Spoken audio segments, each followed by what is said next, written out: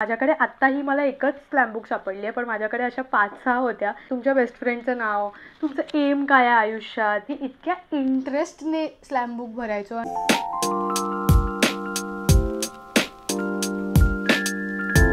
हाय, hello, नमस्कार. मी सायली राऊत आणि random गप्पांच्या आपल्या 7व्या एपिसोडमध्ये तुमचं सगळ्यांचं मनापासून स्वागत आहे. विषय तुम्हाला कळला असेलच. ॲक्च्युली काय झालं की मी कपाट साफ करत होते आणि कपाट साफ करताना मला ही एक वही दिसली, स्लॅम बुक. आणि ऑफकोर्स मी अत्यंत महत्त्वाची कामं असतानासुद्धा ही स्लॅम बुक घेऊन बसून वाचायचं ठरवलं आणि एकदम असा नॉस्टॅल्जिया हिट झाला मला. म्हटलं चला आपण एक रँडम गप्पांचा एपिसोड बनवूया स्लॅम बुकवर. आणि येस, आपण व्हिडिओला सुरुवात करतच आहोत. ऑलमोस्ट सुरुवात आता झालेली आहे. विषयही तुम्हाला कळलेला आहे, पण त्याआधी तुम्हाला चॅनलला सबस्क्राईब करायचं आहे, हे अत्यंत महत्त्वाचं आहे. तर पटकन चॅनलला सबस्क्राईब करून टाका. आणि जर तुम्ही इथे नवीन असाल तर आपण रँडम विषयांवर गप्पा मारायला इथे भेटतो. जर तुम्हाला गप्पा आवडत असतील आणि आणखी गप्पा बघायच्या असतील तर लगेच चॅनलला सबस्क्राईब करून टाका. आता मी खूप खूप मला वाटतं सगळ्यांना स्लॅम बुकबद्दल माहीत असेल. मी 90s किड आहे. तर आमच्या वेळी शाळेत असताना, म्हणजे मला वाटतं 7वी-8वीच्या दरम्यान स्लॅम बुक नावाचा एक प्रकार इंट्रोड्यूस झाला आम्हाला. कोणी केला वगैरे मला माहीत नाही आहे, पण सडनली एकदम असं वर्गामध्ये स्लॅम बुक्सचं पेव फुटलेलं. सगळ्यांकडे स्लॅम बुक्स होत्या आणि वेगळ्या वेगळ्या सायझेसच्या. मला आठवतं की एक मी स्लॅम बुक भरलेली माझ्या मैत्रिणीची, जी ड्रॉइंग बुक जी असायची ना आपली मोठी, त्या साईजची होती.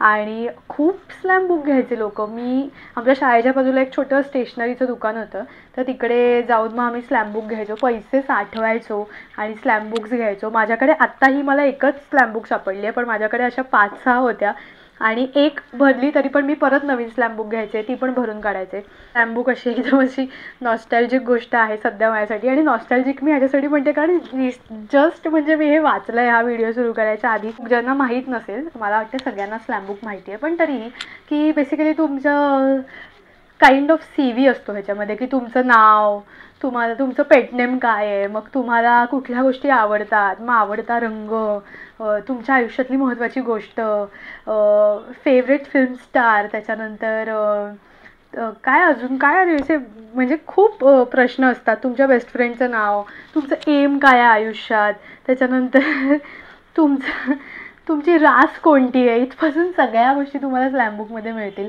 आणि आम्ही इतक्या इंटरेस्टने स्लॅम बुक भरायचो आणि इतकी म्हणजे जेवढ्या कॉन्सन्ट्रेशनने आम्ही परीक्षेचे पेपर लिहिले नसतील तेवढ्या फोकसने आम्ही स्लॅम बुक भरायचो एकमेकींच्या.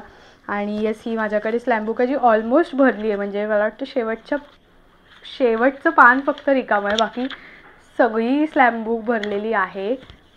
शाळेत असताना अत्यंत वाह्यात गोष्टी ज्या आपण केल्या त्यापैकी एक स्लॅम बुक हे नाव आहे. आणि मला असं वाटतं की किती आपण त्याच्यात पर्टिक्युलर असायचो. म्हणजे मला आठवतं आहे की मी किंवा माझ्या काही मैत्रिणी आम्ही काय करायचो, स्लॅम बुक घेतली की त्याच्यावर नावाचा एक सेक्शन आहे बेसिकली. तर तिथे पहिल्या ह्याच्यावर तर स्वतःचं नाव, स्वतःच्या स्लॅम बुकमध्ये पहिलं नाव स्वतःचंच असणार आहे. त्याच्यावर स्वतःची सगळी माहिती, स्वतःच्या ॲस्पिरेशन्स वगैरे लिहून ठेवल्यात. आणि नंतर आपण मग दुसऱ्या पानावर ही मैत्रीण लिहिणार, तिसऱ्या पानावर ही मैत्रीण, अशी नावं लिहून ठेवायचो. एकतर हे करायची काहीही गरज नव्हती.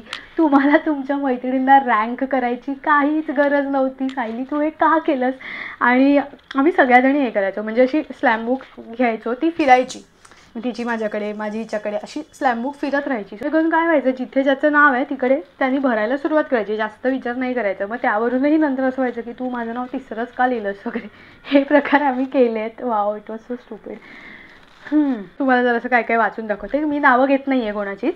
तर ह्याच्यात एक कॉलम असतो महत्त्वाचा की तुम्हाला मोठेपणी काय व्हायचं आहे. तर मी माझं स्वतःचं लिहिलं आहे की मला ॲक्टर व्हायचं आहे. Here I am. आणि आपण वाचूया ना बाकीच्यांनी काय काय लिहिलं आहे. डॉक्टर, हे बघ, डॉक्टर, कम्प्युटर इंजिनियर, डॉक्टर. बापरे, अर्ध्यापेक्षा जास्त लोकांनी डॉक्टर लिहिलं आहे. कोणीतरी लिहिलं आहे architect, child specialist doctor, specifications वगैरे आहेत. आय डोंट नो, असं ऑनेस्टली कोणीतरी लिहिलं आहे.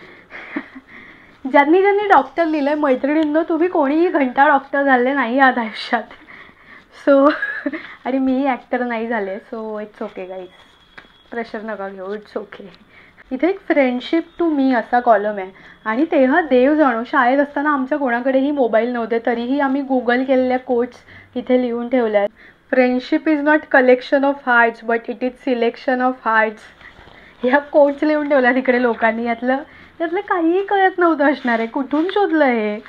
शाळेत असताना मैत्री म्हणजे खूप मोठा फॅक्टर होता ना आपल्या आयुष्यात. म्हणजे ब्रेकअप्सचं दुःख वगैरे नंतर सगळं, फ्रेंडशिप तुटणं किंवा भांडणं होणं किती मोठ्या गोष्टी होत्या आपल्यासाठी शाळेत असताना. वाव, एक वेगळीच दुनियादारी.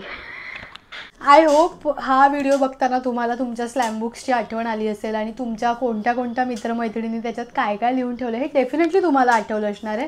आणि तुम्ही स्वतः काय लिहिलं हेही तुम्हाला आठवलं असणार आहे.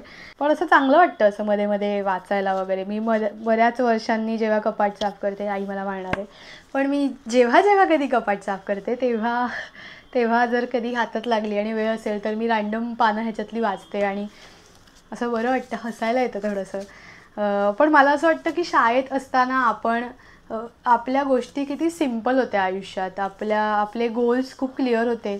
भले आपण ते अचीव केले नाही केले हा नंतरचा मुद्दा आहे, पण आपण किती क्लिअर होतो गोष्टींबद्दल. मला काय हवं आहे, काय नको आहे, तुमच्यासाठी तुमचे फ्रेंड्स किती महत्त्वाचे आहेत, तुमची बेस्ट फ्रेंड कोण आहे, तुम्हाला आयुष्यात कोण व्हायचं आहे, तुमचं फेवरेट ॲक्टर कोण आहे, इथपासून सगळ्या गोष्टी आपल्याला माहीत होत्या. आपण क्लिअर होतो आपल्या आवडीनिवडींबद्दल आणि खूप ऑनेस्ट होतो. आत्ता मला जर कोणी स्लॅम बुक भरायला सांगितली, एकतर कसं आहे की ही मी भरल्यानंतर ती त्या व्यक्तीकडे जाणार आहे आणि ती व्यक्ती नंतर ते हवं तेव्हा वाचू शकणार आहे.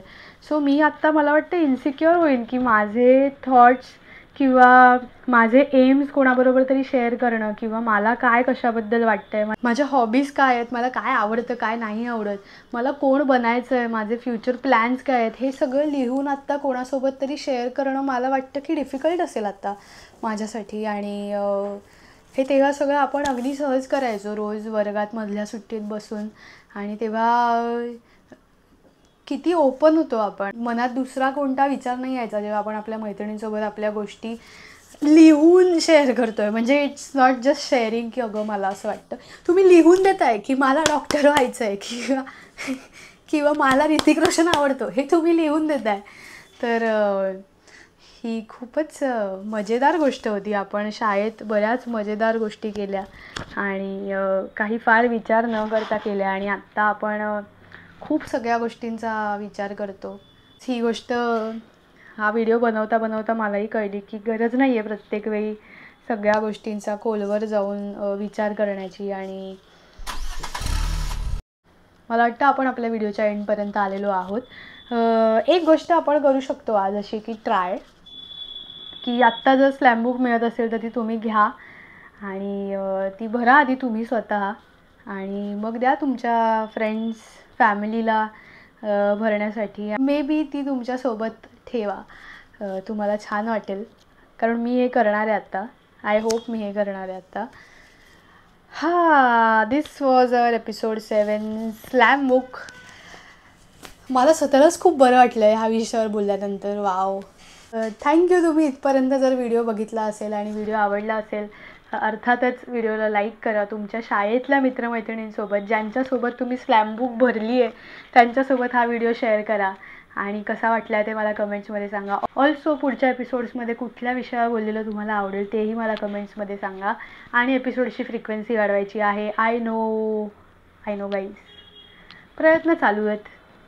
पण येस, तुम्ही जर सबस्क्राईब केलं, व्हिडिओ शेअर केला तर थोडंसं मोटिवेशन मिळेल. Okay, bye bye.